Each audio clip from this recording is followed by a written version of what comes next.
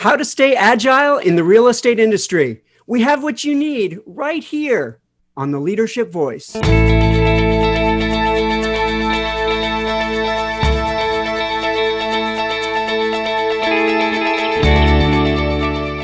Welcome to the Leadership Voice. I'm your host, Jay Barbuto. Today's show is about adaptability in the real estate industry. Joining us today is Lisa Alonso, Executive Vice President and Chief Human Resource Officer for Healthpeak Properties. Healthpeak Properties is one of the nation's leading healthcare real estate investment trusts. Lisa has close to 20 years of HR experience in various roles with 3 different OC real estate and commercial finance companies. Please welcome a great leader and a terrific person, Lisa Alonso. Thank you, Jay. Thank you so much for having me here. It's great to be able to speak with you and all of your students. Oh, that's great. Thank you, Lisa. It's terrific to have you on today's show, and it's a really timely topic. Could you tell us a little bit more about Healthpeak and how it has thrived over these past 35 years? Yeah, Healthpeak Properties is a diversified real estate investment trust, otherwise known as a REIT. And we own and develop healthcare real estate, primarily within life science, senior housing, and medical office buildings. We do have a long history, as you mentioned. We've been in business for 35 years. We started as healthcare property investors in 1985 with an IPO on the New York Stock Exchange. And over the years, we've grown into a leading national healthcare REIT. Back in 2008, we earned our way onto the S&P 500 index as well. In 2019, just last year, we changed our name from HCP to Healthpeak Properties. And that was a change that occurred after a culmination of more than 5 years of leadership and business strategy change. Today, we're the 4th largest public company in Orange County, and we have over $20 billion of owned real estate assets. So we're really positioned well to create consistent long-term growth opportunities. You asked the question how we can thrive or how we have thrived. And, I think Healthpeak has done a great job over these last 35 years in responding to the changes in the market and being nimble in the ability to change and evolve. I've been at Healthpeak for 6 years now, and specifically over the last 4 years, a lot of our ability to thrive has been because we as a company believe in the power of clarity and simplicity in our strategy and our approach. We're an innovative company at the forefront of providing premium real estate to an ever-changing industry like healthcare. So we're really committed to delivering high-quality value to our shareholders and our employees alike. At the end of the day, I would say that the power of Healthpeak's ability to thrive really has to do with its team. We are, as a team, focus on culture, operational excellence, and growth. And our ability as a company to attract, develop, engage, and retain the best-in-class talent allows us to thrive every day, regardless of the circumstances. Oh, that's terrific. And I think when organizations know who they are and have such strong core values and strong identity, it really does contribute a great deal towards the creation and the retention of that culture. So, no doubt. Absolutely. So how has this pandemic forced Healthpeak to pivot and change the way things might have otherwise been? I couldn't be more proud of the Healthpeak team and how we've pivoted since March. Many companies were to use your term, they were forced to pivot. But I've got to say that we really have pivoting kind of in our company DNA. It's a part of our culture. Over the last several years, we've worked to improve processes internally, update systems and automation, improve company-wide communication. And so on March 14th, when my CEO and I sent out the message to the entire team, letting everybody know we were proactively shifting to a remote work environment, we were really prepared. From an overall business perspective, we stuck to the fundamentals of our 2020 strategic initiatives. We set aside the tasks that we didn't deem essential, and we focused on the efforts of the 3 things that I talked about before: the culture of our team, operational excellence, and the growth of our business. I don't think there was once that anybody said, oh, we can't do this. We really looked at the situation that we were in, and quite frankly, the rest of the world was in. And we said and asked, how are we going to get this done? We're in this scenario. How do we get this done? So not surprisingly, we were able to increase productivity and employee satisfaction through the process. The automation and communication tools that we were beginning to test in January and February of the beginning of the year were really thrown into action. And it actually helped push some of our late adopters into using these tools that they may not have otherwise used quickly if we were in the office. From an HR perspective, my team really shifted quickly as well. On March 18th, we had our very first virtual huddle on Zoom. And I challenged my staff to consider everything that was on their plate and to find a way to redesign it in a remote work environment. Our engagement strategy as a company, even pre-COVID, has been to be team-focused, goal-oriented, focusing on accountability and ownership, providing growth opportunities for team members, and having a people-first, family-oriented environment. So my team used the tools of technology that we had available to us, Zoom and Microsoft Teams, and they just have an overall growth mindset. And we expanded our communication to our employees. So we had weekly virtual town hall meetings that went to bi-weekly, and now they're monthly.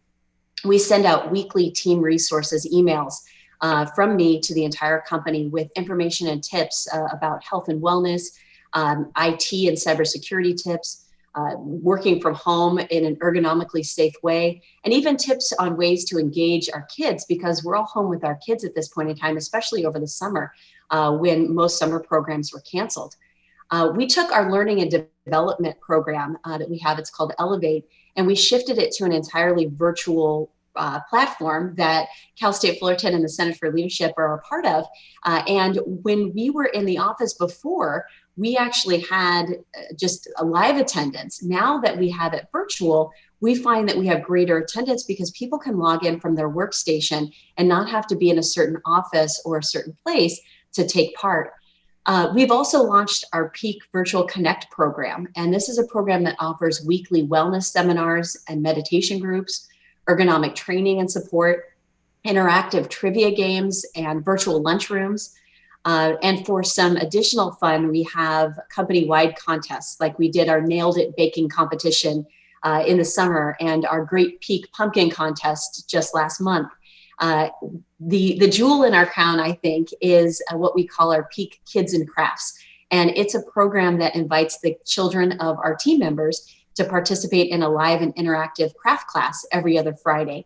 So it's just a different way of looking at engaging our employees and the team while we're in this virtual environment.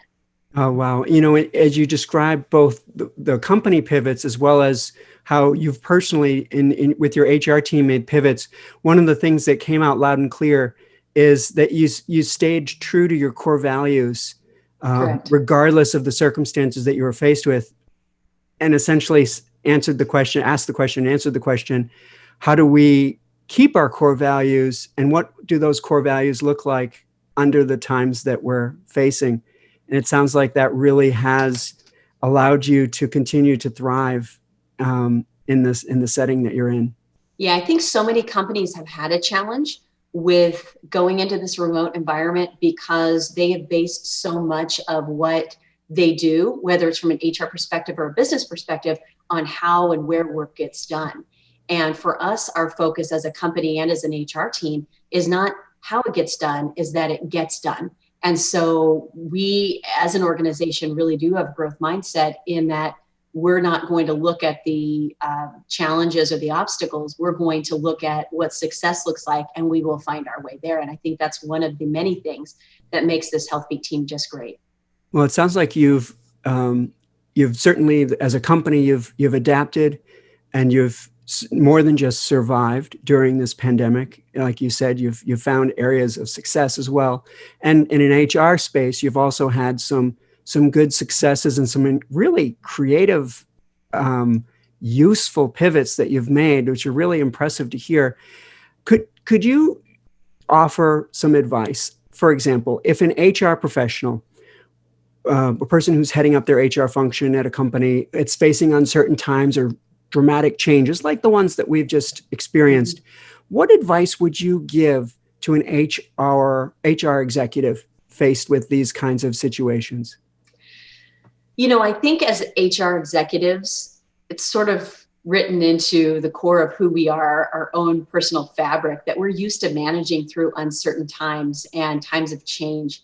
But I think it's really important, particularly for HR professionals who are maybe new to change management and uncertainty, to look at change strategically through the lens of the near term, the medium term, and the long term, as it relates to the team and as it relates to the company. And so if I'm looking at it from an immediate perspective, I think the first thing you need to do is focus on the safety and the security of your team. Kind of go to that Maslow's hierarchy of needs and ensure that people feel safe, whether it's a physical safety or just this psychological safety that you care and that you're there for them. I think communicating as much as possible.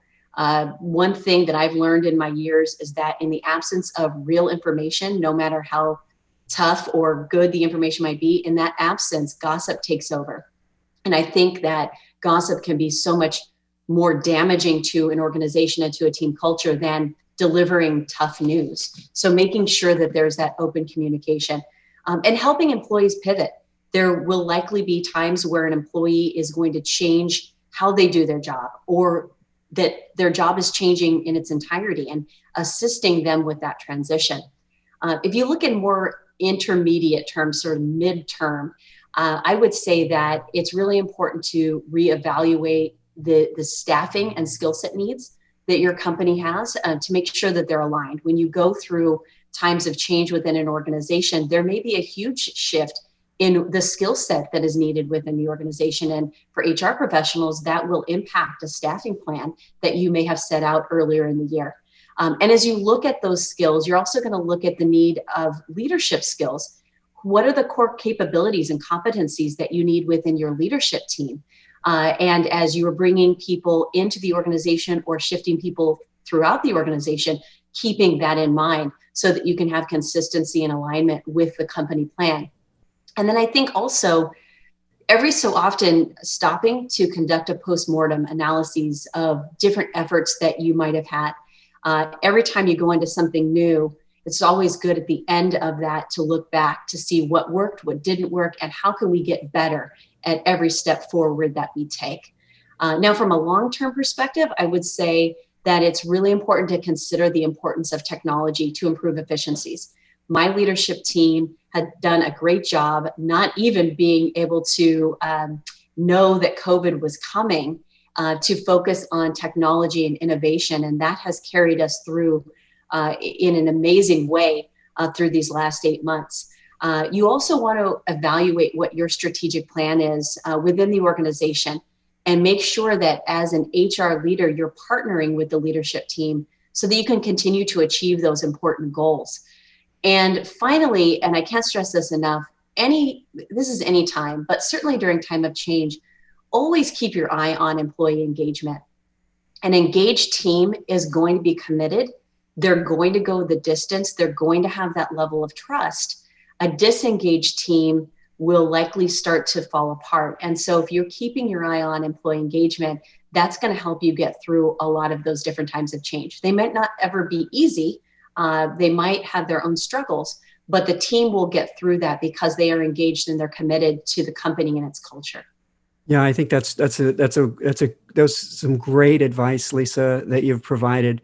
It's amazing how sometimes when we're faced with these kinds of challenges and we make the pivots that are needed and we make the adjustments that are needed, we come out of the situation with new skills and with new competencies that exceeded where we were before the challenges that we faced. Oh, absolutely. And I know that this team throughout the company can look back, even in the time that I have been in the organization, and say, we have been able to face what we may have thought at the time was insurmountable challenges, and getting through those things built our skill set in a way that we never would have anticipated. And so there is a silver lining to going through a lot of these changes or facing these major challenges is that you do grow. You become a better professional in whatever role you're in, and it does build your skill set. No, that's great. So we do have a couple of questions from our audience. So let's go ahead and turn to those. Our first question is from Jessica Word from Word and Brown General Agency. Jessica asks, what are the signs that an employee has failed to establish proper work-life balance and boundaries? And how do you help them correct their course? Well, Jessica, thank you for that question. And what an important question for times like these. I know our team at Healthpeak, we're all stuck inside. And our team has really appreciated the fact that we're continuing to maintain a remote work environment. The upside is that people don't have a commute. They get to be home and eat meals with their families between working. And we're finding that people are a lot more productive and satisfied with this. But, now that our offices are squarely placed in our homes, there's such a fine line between high productivity and burnout. And I know we're not the only company that has this on our radar. In an in-person workplace, you'd likely see that burnout of an employee is going to start with them avoiding work, that their performance starts to take a turn for the worse. There's an increased level of exhaustion or apathy coming from them. And I have to say that you're likely going to see the same things in a virtual environment. And that's why it's really important for HR teams or professionals to stay connected with employees. And more importantly, for people leaders to stay connected with their direct reports to make sure they have a pulse on this. And that's why having these automation and communication tools are so critical, because even just being on a phone call with somebody you might be able to hide some level of burnout, but being on a video call with people, you can see their face, you can see their body language, and you can start to pick up on some of these key notes that would show you that somebody perhaps is facing burnout. I know a lot of companies and leaders really do find it easier to assign burnout as a failure to the individual, but I do think it's a company's responsibility as well to assess what are the requirements being placed on the role that this person has, or what's the company requirements overall that might be creating this. And I think that leaders really should be on the lookout for this and have open discussions with their employees.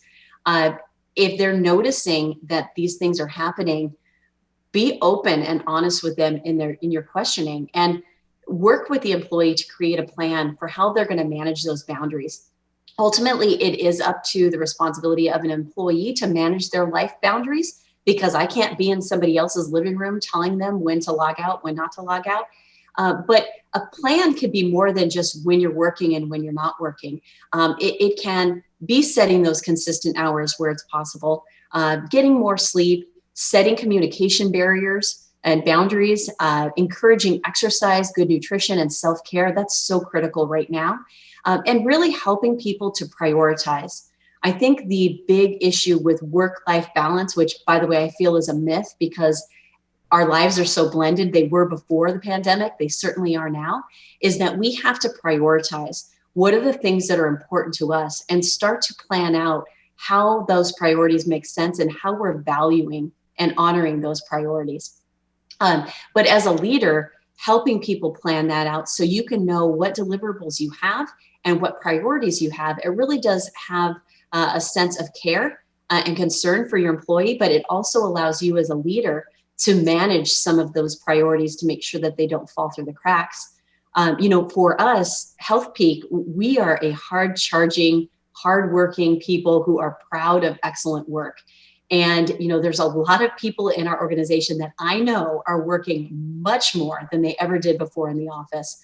So we actually try to mix in opportunities for people to have a little fun, take a little break, whether they're still at their desk, they're attending an Elevate development seminar, going to a meditation class, which we host every Monday, taking a minute to do crafts with their kids, or joining in for live trivia games with the entire company on competing against one another. So there are company responsibilities, there are employee responsibilities, and I think the marriage between both of them and that relationship that leaders and HR have with their employees is really going to help people along. Oh, thank you, Lisa. That's some great insights into both diagnosing the work-life balance issues, but also the intervention and how to really be proactive. I love the comment about switching from a work-life balance to a work-life blend. I think our lives have definitely become more blended than ever before. Yeah, I used to think that it was just the introduction of a mobile device that blended our work life. And now within this environment where our workspace is in our home and our home is in our workspace, there's literally no boundaries between. And so the boundaries really have to come from us as individuals and for leaders and companies alike. Yeah, that's terrific. So we do have another question. And our next question comes from Nina in Anaheim Hills. Nina asks, how do we maintain a sense of personal connection with our colleagues when we are not spending time in the office? Yeah, that's a good question, Nina. I think all of us really struggle with that to a certain extent. You know, we just had our November virtual town hall and we did a live poll of our team members during the town hall to see how they were feeling on a couple of topics. One of the questions was, what do you miss most about being in the office? And overwhelmingly, the team said they miss their coworkers. And I was not surprised. We are a close team. We work together. We work hard together. And so being able to see each other is something that we miss out on. And it's more of that sort of water cooler relationships that people have had that are now altered. That's just a fact. And until we're back into the office, we've got to look for ways to increase and enhance those abilities. For us, we really are encouraging our team members to use Zoom and Teams to connect with their friends and coworkers. Through our Peak Virtual Connect program, we host virtual lunchrooms and we have people join and then we split them into different Zoom rooms randomly so that they can have time to chat with people, just like they would going into a lunchroom. But we have utilized a lot of technology. Microsoft Teams has been really helpful because it allows people the chance to chat quickly, just like they would passing each other in the halls. During times of a global, health crisis, I think it's really important for people to understand the rules of safety. And we as an organization have really tried to impress upon our team that safety of family and safety of our team are really so important. And I know that there's some people that have wanted to get together and we've tried to encourage them to use the tools of technology to enhance those types of experiences for the time being until we're all together again. Oh, that's terrific. So we have one final question. And our third question comes from Rachel from Fullerton. And she asks, how do you continue to celebrate work accomplishments and show appreciation to staff while working virtually? Thank you for the question, Rachel. I think as a company for us, we, over the last several years, haven't been big on singling out just one person for excellent performance. Much of the reasoning behind that is that we are a company of about 200 people, and yet we are responsible for $20 billion of real estate assets. And so it's rarely just one person who's doing something so extraordinary that we would single them out. And instead, even in a pre-COVID world, it wouldn't, it would normally happen to where our CEO would give a shout out during a town hall of a certain group or to the entire organization of here are the results that we've achieved, and every single person, regardless of what your role is, contributed to the success of these results. And this has continued on in the virtual environment. So, even though you have these shout outs, it's also very possible that the CEO may send an email to somebody and say, I know that the entire team worked on this. I know, and I've heard that you've done just an amazing job as a leader or in this presentation, and I want to thank you. And so we really try to do it in a more personal way. From an appreciation standpoint, we know that our team works really hard. And pre-COVID, we tried to create opportunities for people to get together and enjoy one another so that we can show how much we appreciate them. And so we would do a lot of on-site activities. We would give opportunities to bring kids to work and have a great time. We would have Employee Appreciation Day at Knott's Berry Farm. Obviously, all of those things are gone. And so for us, it's how do we reach into people's homes to connect with them? How do we show them that we care? Whether it's me being in contact with all 30 of our employees who had to evacuate a couple of weeks ago from their homes due to the Silverado or Blue Ridge fires, and supporting them to get into hotel rooms. That's how we show we appreciate them.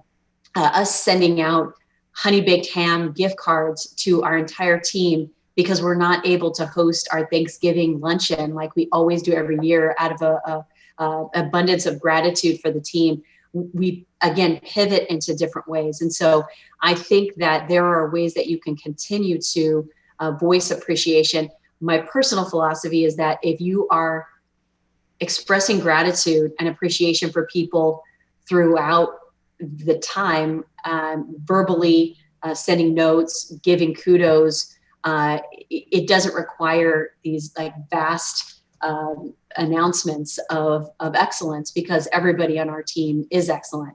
And so we continue to just share information and appreciation for one another throughout the team. Oh, that's great. That's great. I want to thank you, Lisa, for being on our show today and sharing your wisdom around adaptability in the real estate industry. You've offered some great pearls of wisdom, both from a company standpoint and also from an HR perspective. Jay, thank you so much for having me. And it's been an honor. Have a nice day. Terrific. Well, I think that's all the time we have for today's show. Join us each episode of The Leadership Voice as we bring you new themes and topics relevant for your leadership development journey. I'm Jay Barbuto, and on behalf of the Center for Leadership at Cal State Fullerton, we'll see you next time right here on The Leadership Voice.